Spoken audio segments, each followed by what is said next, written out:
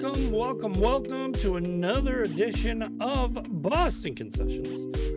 I am your host, Topher, and we've basically got that bad news that I don't think any Red Sox fan wanted to hear tonight. The Red Sox being eliminated from the postseason way early than what was expected. They went up against the Yankees. They lost 4-0. And I said this right after the game. Has anybody noticed where the Red Sox are? Like, nobody showed up. I think Yoshida showed up in more than capable fashion, but everybody else, I don't even think they wanted to take the trek to New York. Most dominant team against New York all year. Took game one, Garrett Crochet fashion, was great, was wonderful. Game two, very close to the wire, okay, 4-3, and then just throwing up a goose egg for game three. Just it's a lot. It's a lot. But we'll get into a little bit of how I feel about the game, how I feel about like everything else. But again, to welcome you in, I am your host, Topher. Welcome to Boston Concessions. We are an SSBN podcast. We are brought to you by absolutely nobody because, I don't know, I don't have a sponsor. It's cool. I dig it. You know, not going to be like Charlie Sheen and, oh God, what's that movie? Oh, Major League. Where it's like, you know, showing off the American Express card. No big whoop.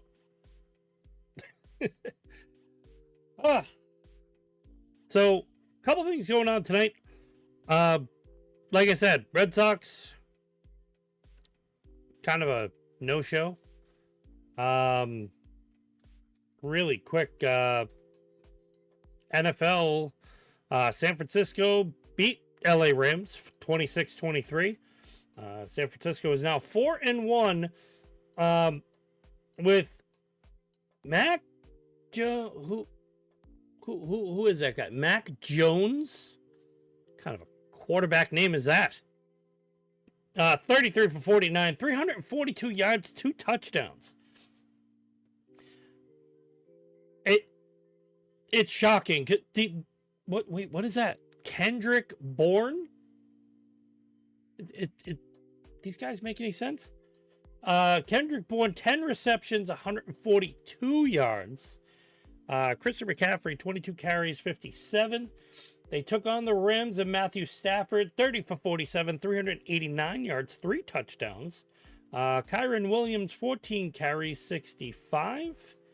And, of course, Davante Adams, 5 receptions, 88 yards to tally up the game leaders there.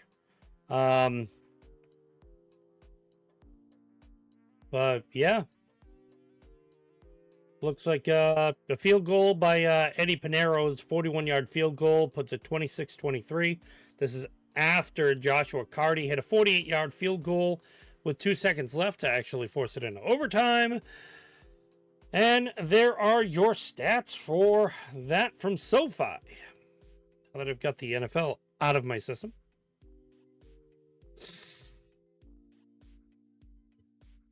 Red Sox, I'm looking directly at you.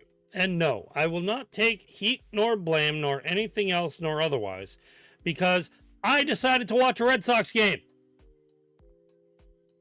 I wanted to see if they were actually going to hold up their end of the bargain, hold up everything, and try to be the team that they should have been. The team that came out of June, July, you know, ripe for the picking, ready to go, 10 straight games. Let's show you how we are. We got rid of the dead weight in Rafael Devers.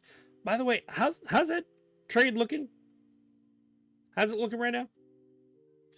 Oh, right. I believe I talked it a couple days ago with Al Nahigian. That trade looks lopsided right now.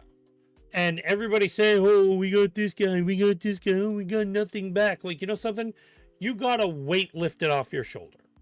Because the minute the Red Sox lost Devers, got to work, got themselves like on a trance, on a train, on a jet plane. They were rip-roaring, high-flying, wheeling-dealing, ready to go, and they showed it.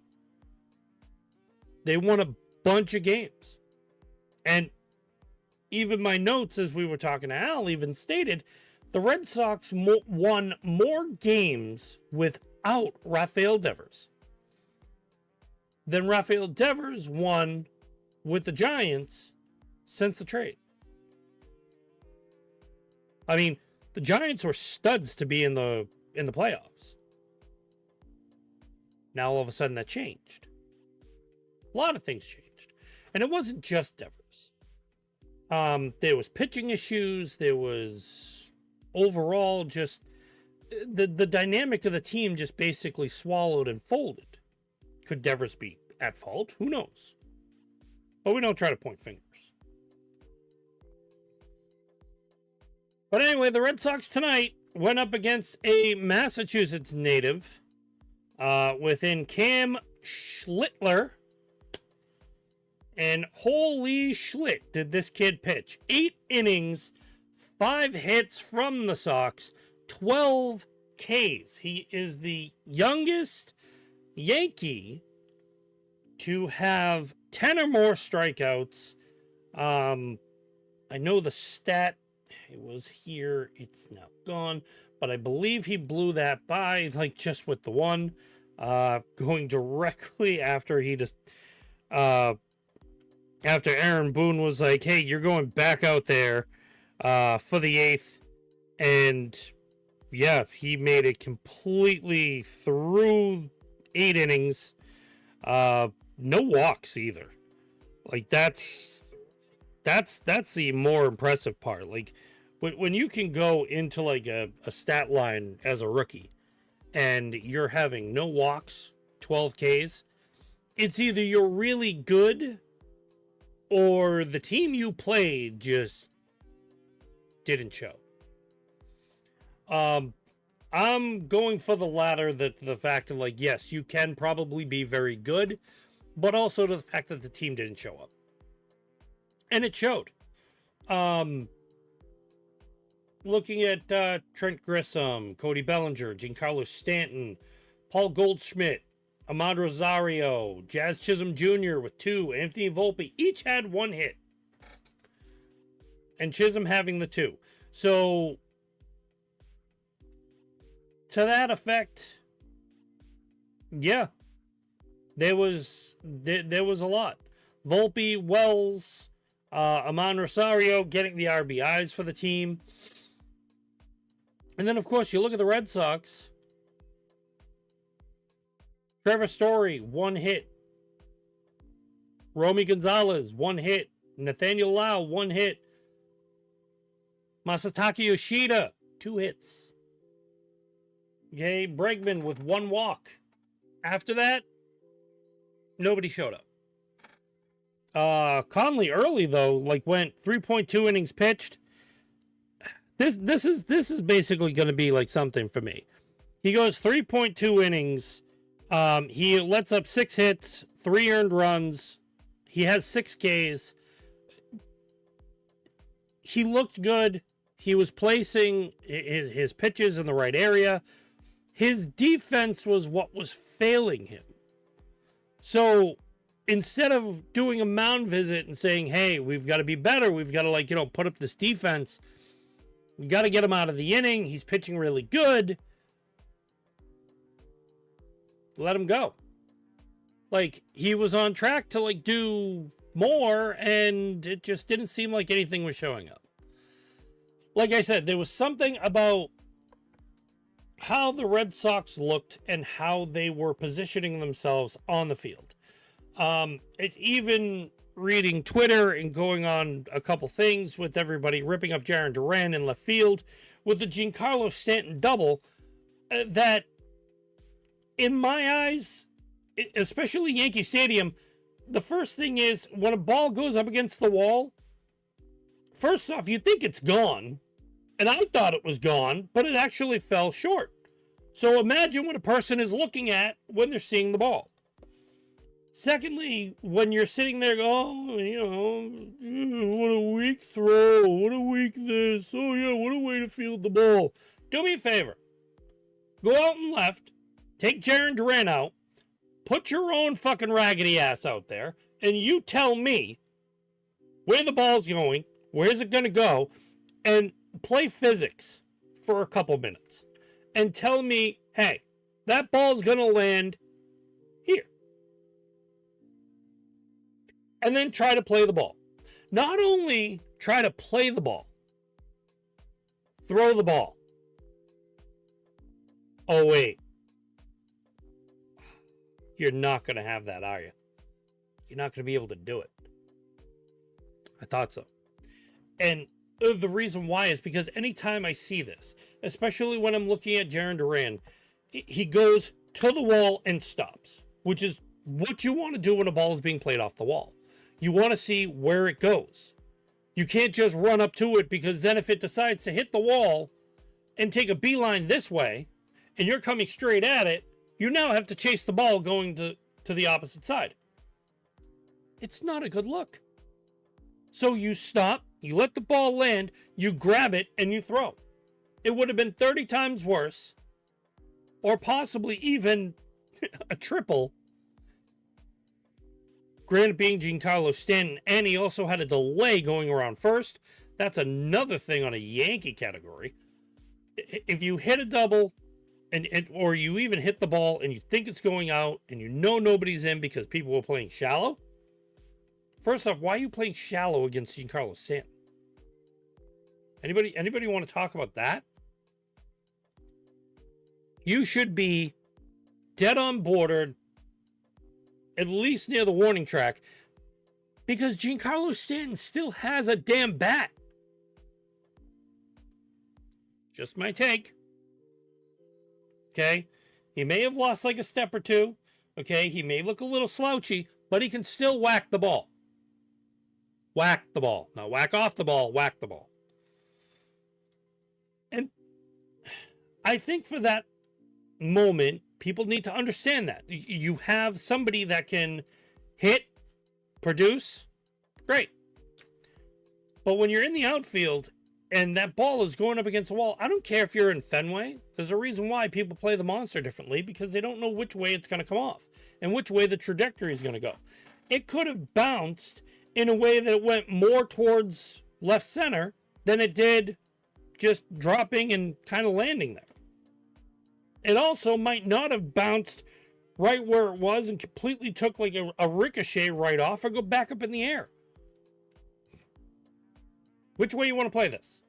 Does anybody want to tell me that you did it right? You did it wrong? Nah, let's make fun of Jarren Duran for like not knowing how to field a ball.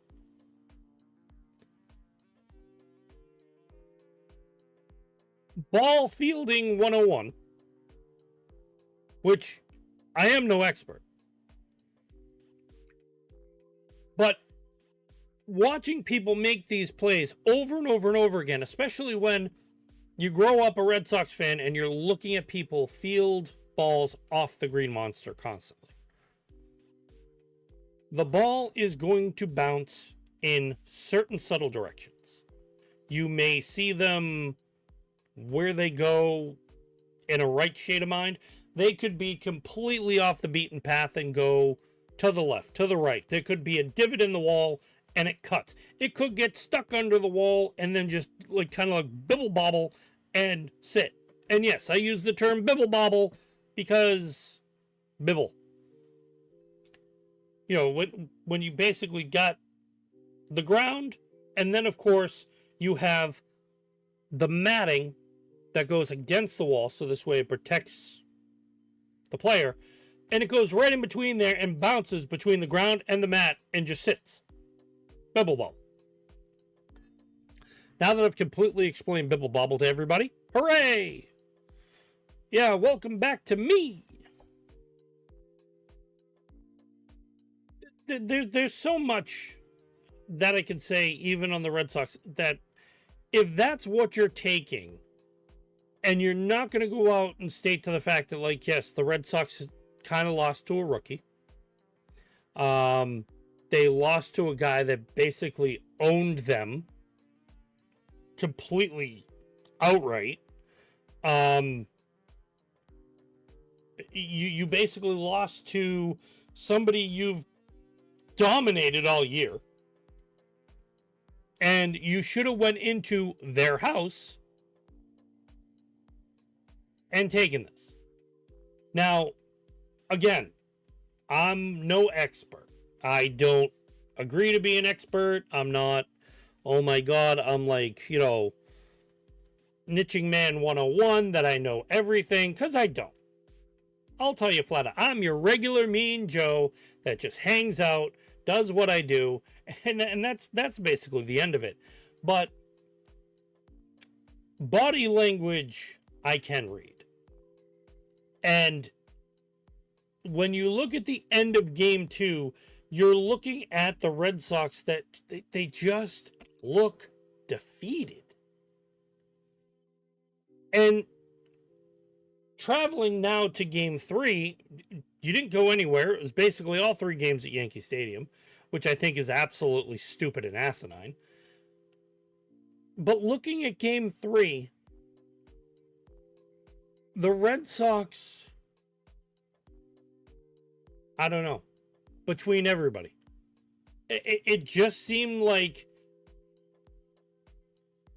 Gozer the Carpathian just sucked the life force out of everybody and gave it to the Stay Puft Marshmallow Man to walk around and destroy New York. If anybody doesn't know the reference, that is Ghostbusters, and I'm sad for you. I really am. That's my key to it. Like, you have nothing. I did not see anything out of this Red Sox team that said, I'm here to play. I'm ready to go. I'm pumped up. I looked at every Red Sox and was, it's another inning. Kind of like South Park, where they don't want to play Little League baseball anymore. And they try ridiculously to lose so they don't have to play the next team. Or they don't want to be the Little League World Series champions. Insert the Red Sox, because from all the players out in the field, even with Conley Early being out there, looking young kid, wanting to basically look like he wanted to pitch, he wanted to have some fun. But between everybody, right down to Alex Cora's face, it was like nobody wanted to be there. What does that say for a dynamic of a team? It doesn't say, hey, we're going to win. It doesn't say, hey, you're going to go out there, you're going to have a really good at bat. Maybe it was like the first couple innings that just sucked them out because they weren't getting anything hit. Yoshida went out. He was all smiles when he was on first base. He's like, I get a hit. Yay. He was the only one. He was excited. You would have thought they did the parade of parades for this man because he just got a hit. But when you show everything, maybe it was just the broadcast. Maybe it was the horrible commentary that, for whatever reason, they just gotta, the Red Sox get a hit. Oh, yeah, it's a base hit. The Yankees get a hit, and it's a base hit.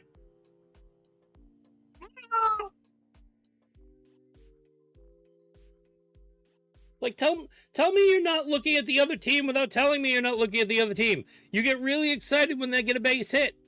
But when it's the Red Sox or somebody else that, you don't want them to win. Oh, my God. It's a base hit by, what's that guy's name? Oh, yeah. Him. Just get Bob Uecker to call it. All right, so Stanley Kipnis is up to bat. What a guy. And he swings it. Oh, well, look at that. Oh, he's out. Hooray. Move him on for me, Monty. I'm out. But then when it's your team, it's like, hey, look at that. It's a hit. Woo!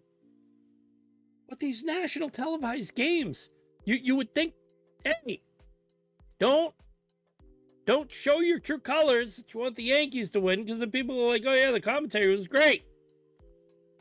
But it goes along with the feel of the game. When I'm sitting there watching the game, like, it feels like, it just felt like, hey, I want to go home. I want to call it a year. Okay? Let's get back to work next year, and we'll just move on. You know? And Garrett Crochet said it perfectly. Tim Healy from the Boston Globe, he caught a sound bit from Garrett Crochet. The season coming to an end when you don't expect it to kind of slaps you in the face, and it does. Garrett Crochet went out in game 1 and did what he had to, which was pure domination of the Yankees. 7.2 innings pitched, 4 hits, 1 earned run, but he had 11 Ks. And then Aroldis Chapman goes out. He had 3 hits. Very scary moment with the bases loaded. Gets 2 Ks. Game over. See you later. Sox take game 1. Now, it was stated the wild card, the people who won game 1 were 12-0 for winning the series. Thank you, Red Sox, for breaking that, because that's all I heard from media and otherwise. Oh, you win game 1 in the wild card. The team who wins game 1 is 12-0. Hey! Yeah. Thank you, Red Sox, because now you're 12-1. It's like the Undertaker streak coming to an end at WrestleMania. The difference is it wasn't 21 wonderful WrestleManias. No, it was 12 wild card games.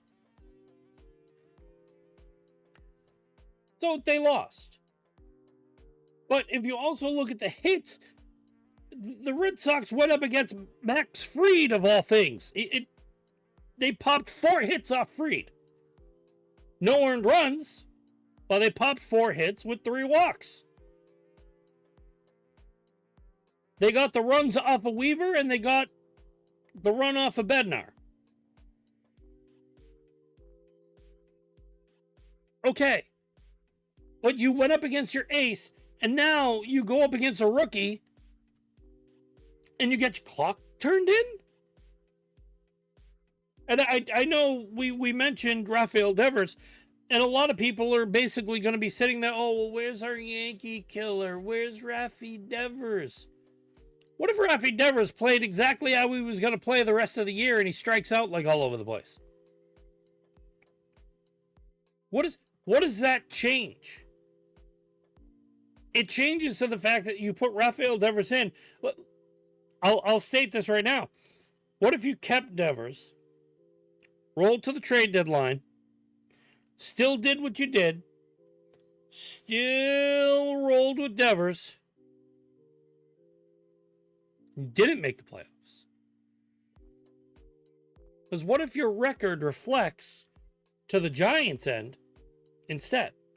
So anybody saying, oh, Rafael Devers in this spot, you might not be in this spot with Rafael Devers. That's a gameplay that you really, really, really have to look at. Would you be in the same position with Rafael Devers versus if you don't have Rafael Devers, you're in the playoffs? And I know a lot of people are going to probably take at the end of, oh, dude, what are you thinking? The beginning part of the wild card like this, to me, is not playoffs. It's a means to an end to get into the playoffs. It's kind of like the pre-playoffs. Well, the playoffs are the playoffs. It's postseason. But this is pre-postseason baseball. Because now you have to see who gets into the ALDS, the ALCS, then the World Series. And right now you're having Toronto versus New York, where you could have had Toronto versus Boston. You could have had just something that screamed a little bit better than the Yankees being in the postseason again. And be that as it may, with Cam Schlittler, I'm not knocking it, okay? If I'm clicking this and I'm looking at him, he's like, what? He's from Walpole, Mass, first off. He's 24 years of age.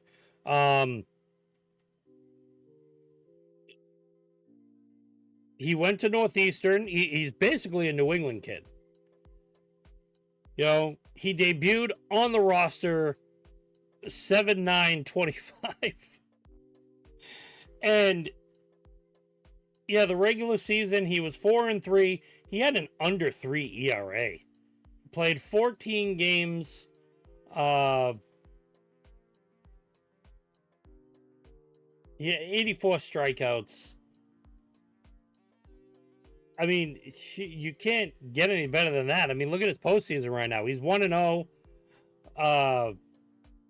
He started one game, 8 innings complete, 12 Ks. He's basically showing exactly what he is and is advertised. Like, that's a pitcher. And if you're going to say anything, even like about Conley early, I don't even think you could say that about Conley early. Like, looking at him, he's 23. So you're going from a 24-year-old to a 23-year-old. Two young friggin' kids. But even he, like, he was 1-2, 2.33 ERA in 2025. He played 4 games. He got 4 starts, 19 innings pitched, 29 Ks. So I'll say it as it looks. Schlittler and Conley are basically something of 2 young kids, 2 young prospects that, if you look at the Red Sox Yankees from here on in, this is something you're probably going to see a lot. These kids could face each other again.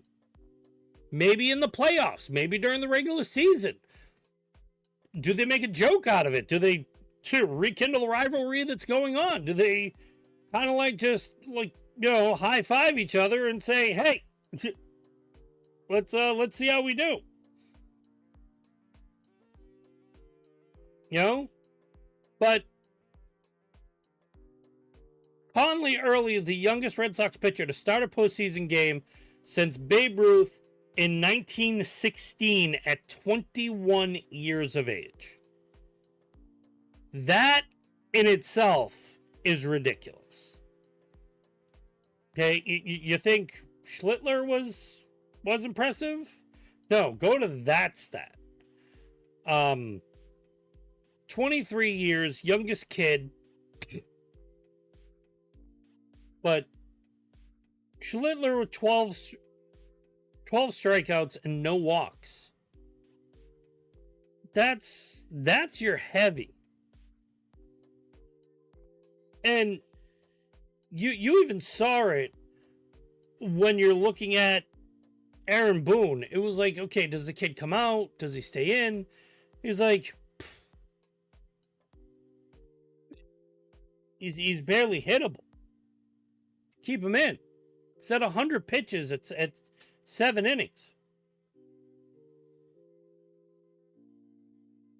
No, make it dance. Make it do what it needs to. You know?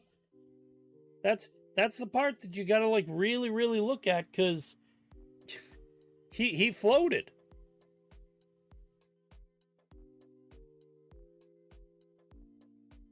You know, even Jarren Duran.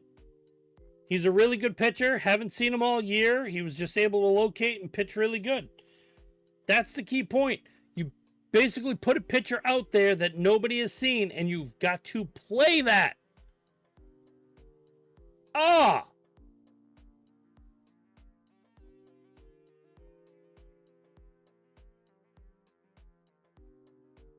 And yes, Cam Schlittler, most strikeouts by a Yankee in the playoffs in a game.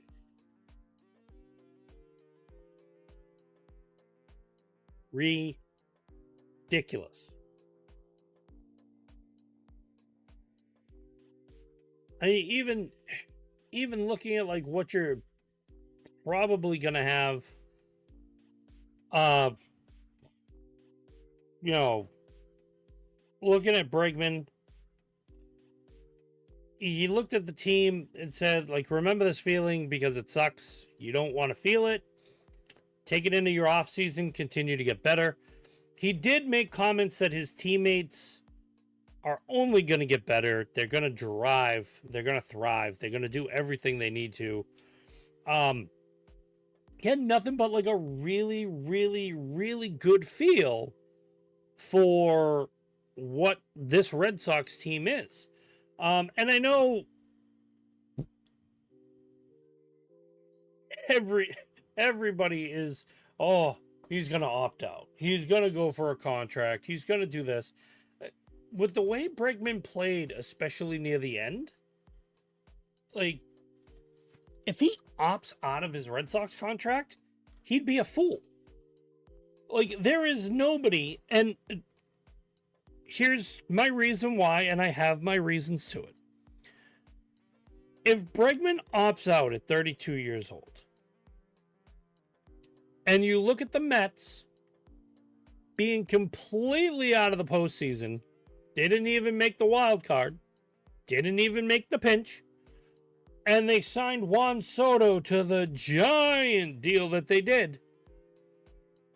Who takes a real big shot at Alex Bregman, where your stats near the end of the year kind of hampered? You know, like, Alex Bregman was not your top of the mill guy for anything within the last couple games.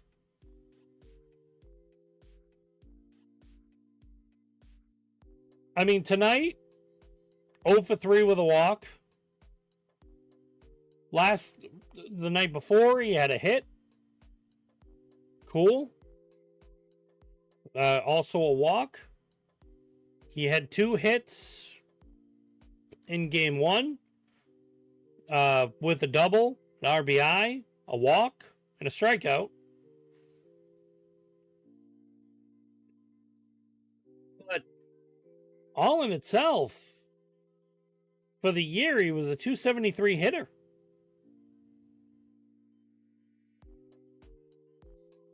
You know, his on-base percentage, 360.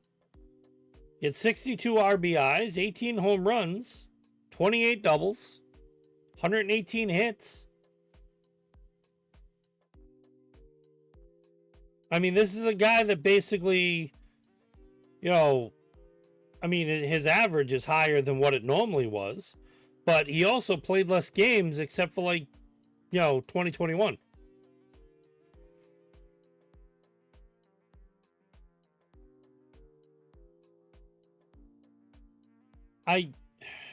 I just see him as, like, you know, to take it and go to another team is going to be really hard. And like, if I'm thinking on the other ends of teams, I don't really want to take the chance. Is his body going to break down? Is he going to have that ripple effect? And it's the same thing with Trevor Story, even right now with the Red Sox. Trevor Story had probably a monumental year. Back on track, back to what Trevor Story really was. You know, just getting that feel of like when he was in a Rockies uniform. Purebred, over the top, really good outing. But what is 2026? It's another year. You're another year older. You're another year where your body starts to go, no. And Bregman himself, he's 31. He'll be 32 in March. So, you know, you at least have that within it. And then for Trevor Story, I think he's 32. So he'll probably be 33 by next year. And what is next year going to look like?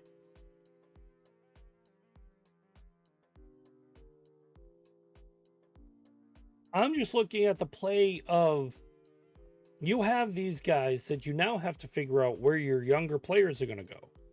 And you have these two guys that are A, your veterans. B, they're the guys that are going to be there to like actually play and grind. But my key question is still, what are they going to give you? Because as of now, you know, Story, it's 1, 2, 3, 4. Yeah, it's the best batting average he's had in like so many years. Even during the COVID year, about 4 years, 263. 31 stolen bases. He got caught stealing once. 96 RBIs. 29 doubles. 25 home runs. You know, I mean, you don't get any better than that, especially for this. And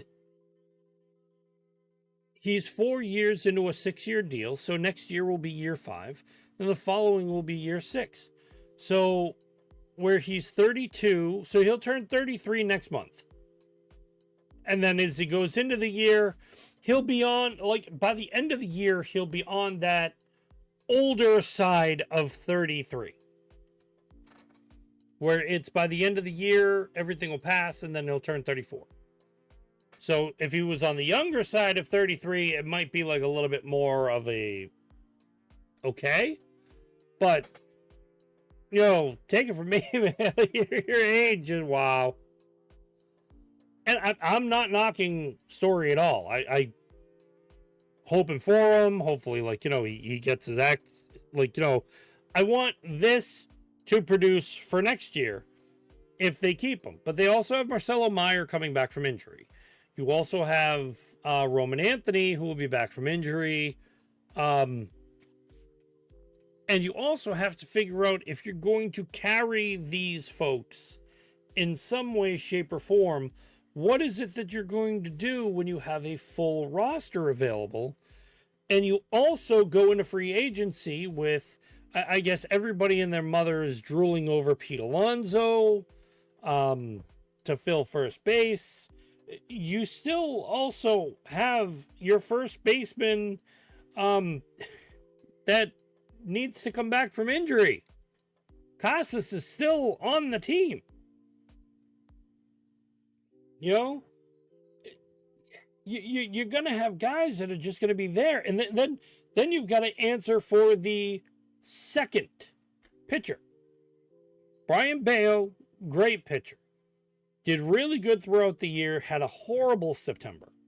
And then to even the playoffs, where he went into like the Yankee game, he was not the same pitcher. I don't even think he lasted longer than Connolly Early. But, you know, you got to get that second guy. Are you going to go after Joe Ryan in the offseason? Are you going to go after, like, you know, a pitcher in the open market if they are available? Is it someone that you can sign that is going to make your life easy, and also follow Garrett Crochet to be that leader. Because this year is basically 100% proven Garrett Crochet is your ace. Okay? You traded for him. You signed him. Thank you. He's ours. Woo. But my next step is, what will Craig Breslow do to bring in that secondary ace? You know you need it. You know it's something that you have to have if you're going to go into deep runs. And the other thing I want to know is what Craig Breslow plans on doing in order to combat, the Bregman situation, Trevor Story situation, Marcelo Meyer coming back. Is there going to be anything that changes or anything that's done that's going to better those situations going forward, especially for 2026? And in my eyes, I know Al called me out on it, and yes, if to the fact that it was, if I didn't have a bias against Alex Cora, and it was anybody else versus Aaron Boone, I'd pick anybody else. To anybody who's been listening to this podcast, who's anybody, especially in my personal life, I don't like Alex Cora. The media, just in itself, how everything goes with him, how he approaches himself with just the overhead piece of who he is. I'm good. It's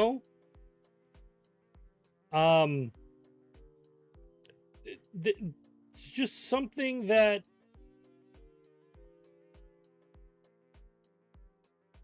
I still don't think that Alex Cora is going to lead these guys to another postseason or a postseason win. And like I said, the wild card is the wild card. I don't really see it as the postseason. It's just a fight to get into the postseason. The ALDS and the ALCS, that's the postseason to me. The wild card is just a bonus to see who carries and gets in there. Because if you still do get in there, you're still one of the wild card teams.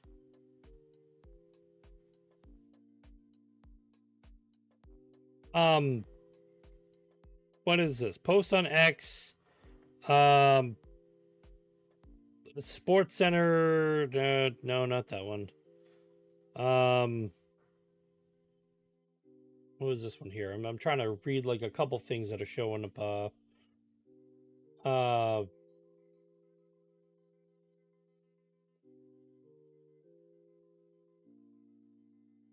It looks like one of the guys from EEI, possibly even the Boston Globe, Boston Sports Gordo.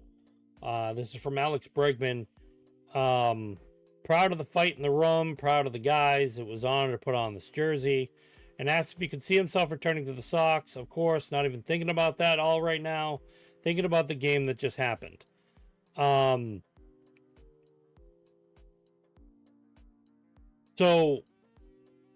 a little bit of a bonus that he's proud of, he's proud of the guys around him. But he's also, having the honor to put on the jersey. The question still remains, will he carry it going forward? Looks like Chris Henrique on Twitter. He was the last player to remain in his Red Sox uniform in the clubhouse following the Game 3 loss.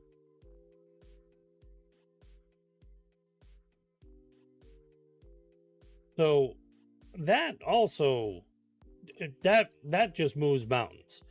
And Bregman himself stating, because he knows the feeling, he knows the situation, going into the playoffs is monumental for him because he's been there for multiple years straight. To make an exit, especially against this Yankee team, it can put a sour dampener on everything. And it goes back to what I've said about any sport. You play the regular season to get yourself motivated to line up for the playoffs. However, the one thing that you have to also look at is when it gets to the playoffs,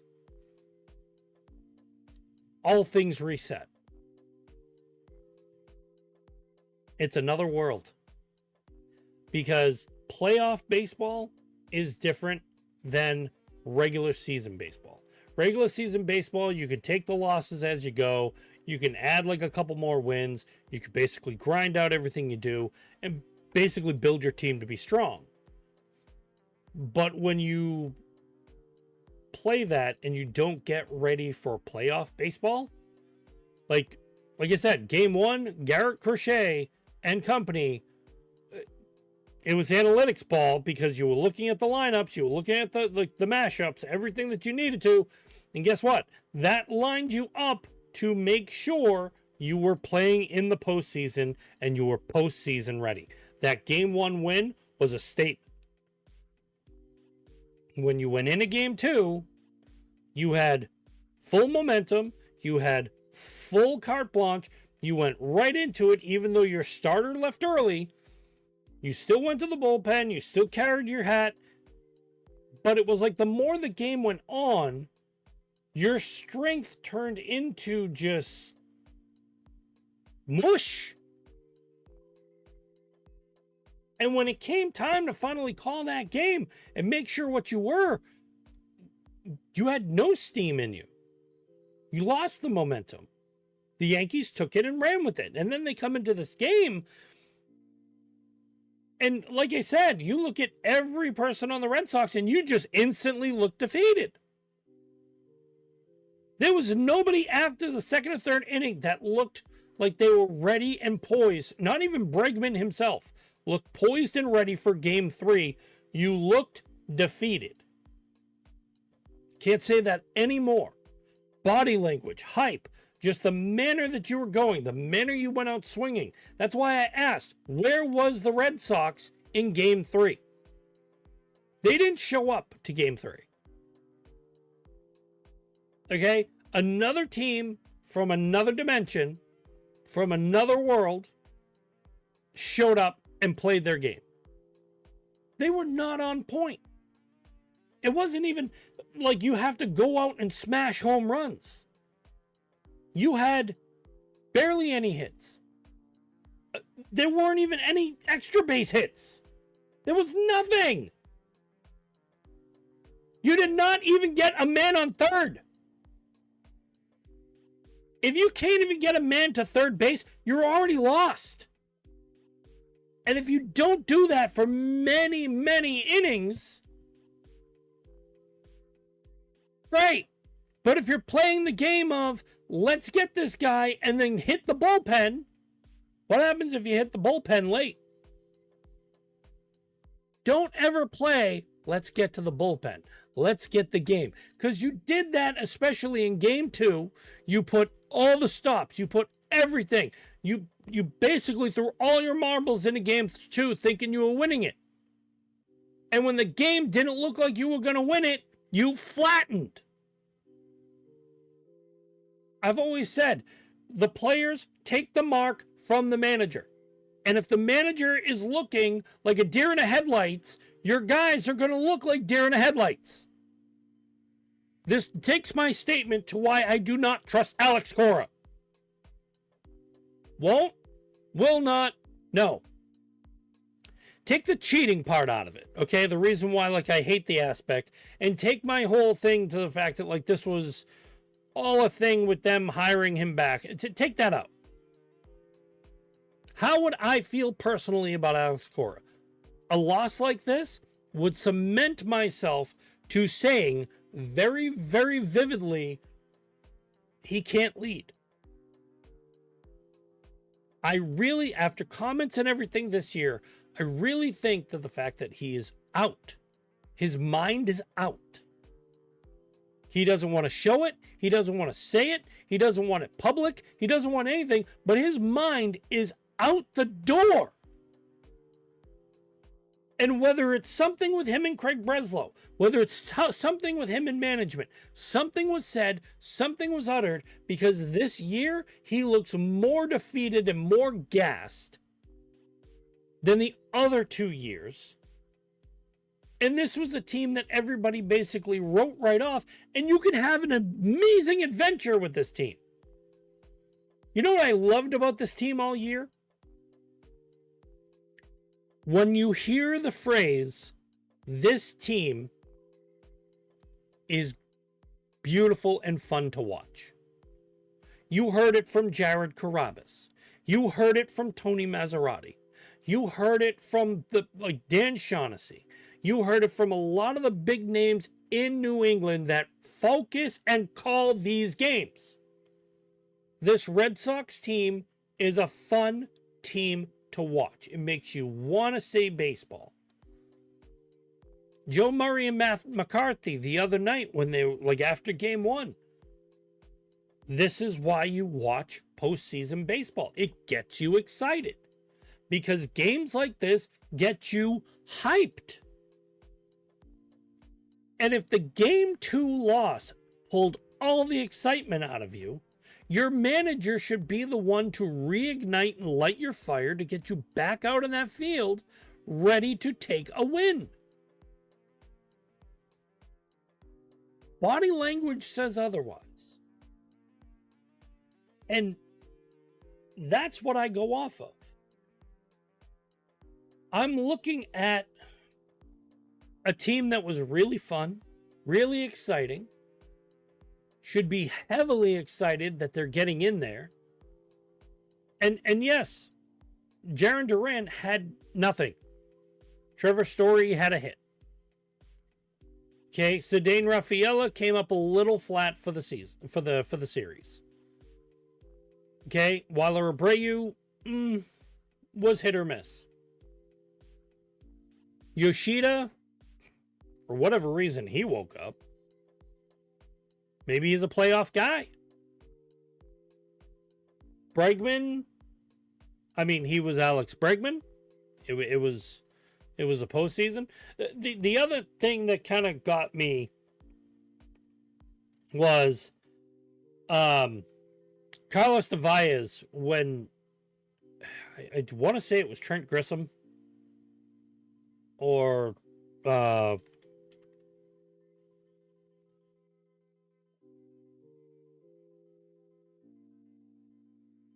there was a moment when it was like somebody thought he was I'm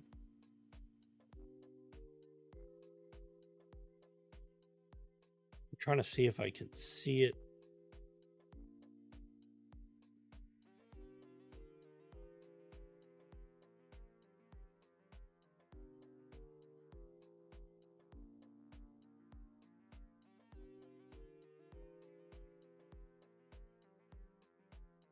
So it was Austin Wells. He was at bat. And the umpire calls an interference. But when you look at the thing, and you're even watching like the camera, you know, for like whatever they have on the umpire that like, you know, hey, you can see the balls and strikes, you can see the hits. Yeah, it's a way to make baseball fun, I guess. Who cares?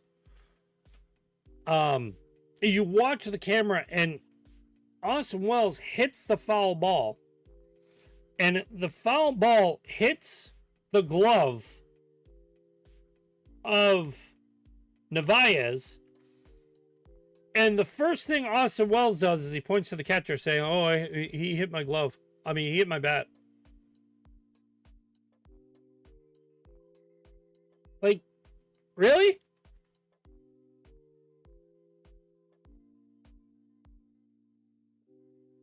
Like, I can understand, you know, hey, you swing, you make contact with the ball, it's there, but like just to point to the catcher really quickly and say like, hey, he hit, he did it. You really serious? Let the people figure it out. Let them go into play. Don't sit there, interference.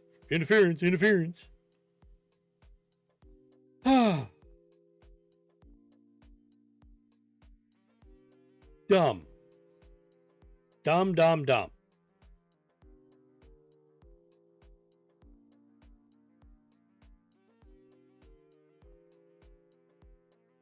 I love how everybody's still calling, oh, they need heavy updates and heavy upgrades before the season. Like, yeah, tell us.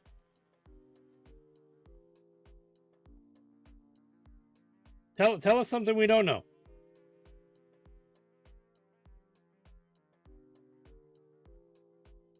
No. A lot of tweets.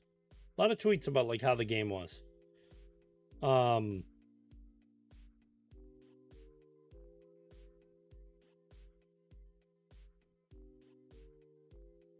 I mean, you even look at this is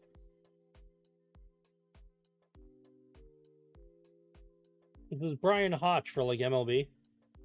Cam Schlittler. It was personal for me to beat the Red Sox after hearing chirping from Boston fans. There was a line they crossed a little bit. I'm a competitor. I'm going to go out there and make sure I shut them down.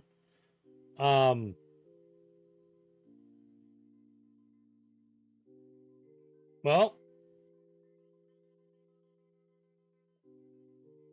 I mean, that just basically says a lot.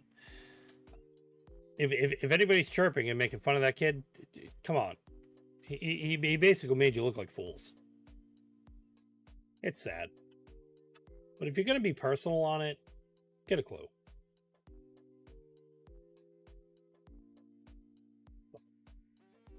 As all things, Red Sox out. And now it's basically time to get to work. You get the off season, you get everything that's going. I didn't actually see where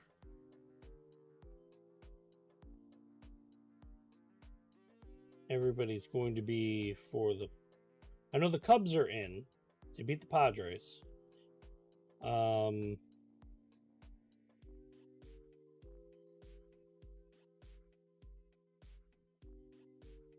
Tigers beat the Guardians, so that's. See if they get the playoff bracket like upgraded. So the Tigers are playing the Mariners. The Yankees are playing the Blue Jays. The Dodgers are playing the Phillies. The Cubs are playing the Brew. So Tigers and Mariners, that series right there, that's a little exciting. Dodgers Phillies is going to be really, really hot and heavy. Cubs and Brewers, you know they're going to battle like left and right. And the Yankees and Blue Jays are, well, they're going to take it on the chin. They're going to go to town. But this right here for the division, this is playoff baseball. Okay? When it comes down to it, you're basically looking at, there were 3, and then it should have been a wild card team. That's where it should. But they add the wild card, which is completely ridiculous. Which is like a 3 game piece. It's dumb. That's why like I don't consider it postseason. Like you're basically playing it to get into the postseason and make yourself well known. It's dumb. It's dumb. It's just more baseball for people to play. Dumb. And even if the Red Sox won, I'd be saying the same thing. It's dumb. Dumb. So now the Mariners get a bye, the Blue Jays get a bye, and what you should have as a third team, which would have been the Tigers or the Guardians, as they were the Central, and then whatever wild card team, hey, that's 4 people. Hey, look at that. Throw them right in. And it probably would have been the Yankees. The Red Sox wouldn't have even been in there. So, hey, we got the Yankees Blue Jays. But no, we have to go to 6 teams, have them play like this 3 stupid thing. And then have it as it is. So, but in a nutshell, there it is. Stupidity.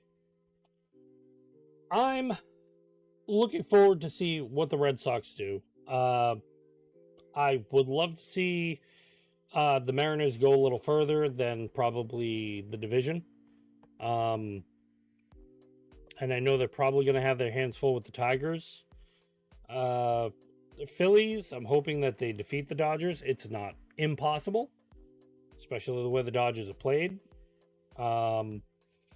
Like I said, the Cubs and Brewers are basically going to be one of the biggest teams. Like that game right there, that's playoff baseball right there. Cubs Brewers. If you know what the fact the Cubs and Brewers have been through over the years, that's a series I want to see. And look at that, it's on TBS or HBO Max. Yes. And Yankees Blue Jays is on Fox. Tigers Mariners on FS1. But lo and behold, low and everything like that it is. Hooray. My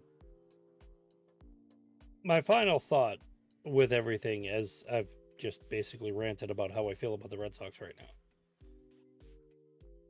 You know, I never expected this team to go anywhere, and I said that at the beginning of the year.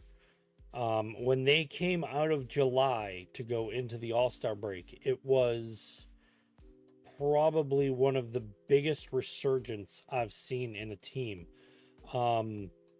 A team that basically had no answers, no gimmicks, no nothing, repeating all of last year, to come out of nowhere and say, no, we're not done yet. And for them to tease going into second, possibly going into first, going back into second, wild card first, wild card second. Just to basically go give an overall tease of what you're looking at for the year. It's like I said, looking at the younger team and looking at what they were capable of was, all in all, just an overall really perfect experience, something you look forward to next year. The question is, where is everybody going to be? You know, Roman Anthony's going to be there. Ceddanne Rafaela is going to be there. Weller Abreu is going to be there. Will you have Rob Refsnyder there? Will you, you know, hey, you made a trade for Nathaniel Lauer, like you pocketed Nathaniel Lauer. Are you looking to keep him? Maybe sign him to a 1-year deal if you can't get Pete Alonso. Because Nathaniel Lauer was not slouchy. He didn't do what he did in Washington. He actually held himself on a really high ground. And he showed he's a perfectly prominent friggin' first baseman. Him and Casas doing a platoon role would be absolutely perfect. The other question is, you have Yoshida that's coming off of what would be a resurgence for the postseason, but kind of having like a crappy, abysmal, you know, year, to where I said it as a joke, and I kind of actually meant it. You know, when people talk about like who didn't want Yoshida here, well, the coach, Alex Cora, didn't want Yoshida here. He didn't know what to do with him. And it was like, where do you start him? Do you start him in the field? No. Do you start him at DH? Well, got an issue with that because we have Devers. So it was kind of like, instead of working the lefty-righty situation or working anything to where, like, you know, hey, this guy would be good, he just doesn't fit the mold. I think, like, if he popped on a team and you know, gave himself, like, you know, the good option that he would have, he would probably be better suited on a really, really good team that would kind of, you know, give him some oomph. show to the fact he's a really good hitter. I personally just think he's been wasted on the Sox. And I'm not saying like it was a waste of money, just the method and the time and everything like that was basically done with him, and like just a not turnaround. It sucks because he could have been doing something a hell of a lot better than what you're really, really looking at. So, be that as it may, it's kind of disappointing, but what the heck are you going to do, right? For that, that's basically where I'm going to call it a night. Congrats for making the wild card, but you didn't make it out of it. And my question still remains, and this will be the key factor. And I know I asked this to Al, and Al thinks like, I'm not serious when I say it, but what do you do with Alex Cora now that he went into the wild card? And it was a give and take, very, very strong outing by Garrett Crochet. He held his own in game 1. But just the overall depth of what you did in game 2 and then just to revert in game 3. Do you still go forward with Alex Cora, hoping to the fact that he turns something around, or do you let him go and look for that coach? Look for somebody who wants to be here, who wants to hype it. I say it because look at the Patriots right now with Mike Vrabel. Vrabel wants to be here. He wants to coach this team. He wants to win as a Patriot coach. He wants the team to be one whole happy family. He wants to hold them accountable. He wants them to grow. And you're looking at that in every which way, shape, or form. Alex Cora kind of looks like the big bad dud. It's even when he wins, he's got that face on. Like, it's like, dude, be hyped. You just won a game. Well, we got to go out there and blah, blah, blah. It's like, no, shut up. You won. Be happy. Be pepped. I meant to say be pumped, and it came out be pepped. But be pumped, be excited, be everything you want to be, and give your team more. I mean, Marco Sturm looks like he's a lost donkey. But even he's excited right now to coach the Bruins, and I don't even look forward to this team. But it's there. And then of course you got Joe Mazzulla who jokes around with the media. He jokes around with everybody. And even after the loss, he's joking around because he doesn't want to be that guy. I mean, look at Brad Stevens. Even Brad Stevens is just like, we lost. But, it's a tough outing and we'll make it better. Your coach sets the tone and sets the narrative. And a lot of times, even looking at a lot of Alex Cora's comments, it doesn't, like I said, it just doesn't look like he wants to be here, and it doesn't look like he wants to be an intricate part of what the Red Sox are doing, especially with what Craig Breslow's start and focus is, especially with what he's done. Signing Crochet, signing Campbell, signing Roman Anthony, getting at least on board where he understands what the rule is with Bregman right now. Trying to basically put something in the midst of anything with the team, but also making sure that the team necessities are not just being thrown and squandered away. And I'm hoping that's what comes out of this. Really am.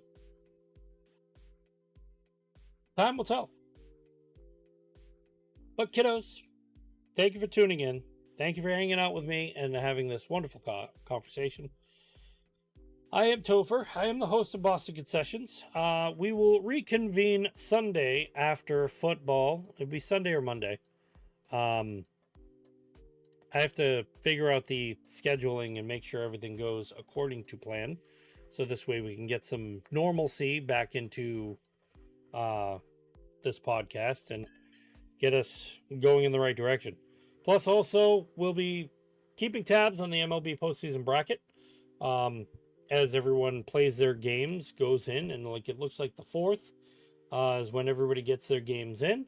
We'll be going over our football stuff, and hopefully everything starts swinging with how the Bruins will start to like look and take shape.